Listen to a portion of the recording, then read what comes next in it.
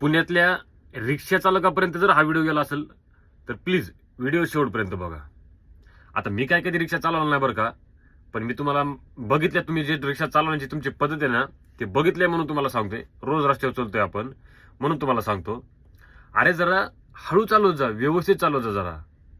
रात्रीचा किस्सा तुम्हाला सांगतो. रात्री 2चा टाइम, मी कामावरनं घरी जात होतो.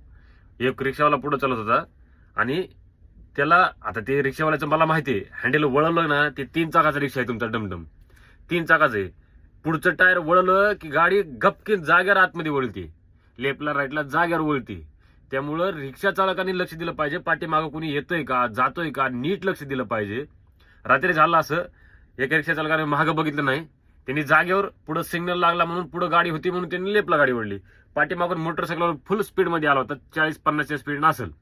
त्यांनी जशीच गाडी लेफ्टला वळली ना, तसा हा रिक्षाच्या पुढच्या पार ड्रायव्हर सीटला घेऊन गाडी घुसून पलीकडे पडला. त्यामुळे म्हणतोय रिक्षा चालकांनी जरा थोडंसं व्यवस्थित गाड्या चालवा. मान्य आहे, तुम्हाला पैसे कमवण्यासाठी, तुम्हाला पैसे कमवायचे, ते पैसे कमवायचा सोर्स आहे तुमचा तो, पण त्याच्यासाठी तुम्ही हळू चालवा जरा, दुसऱ्याच्या जीवाची पण पर्वा करा जरा थोडीशी.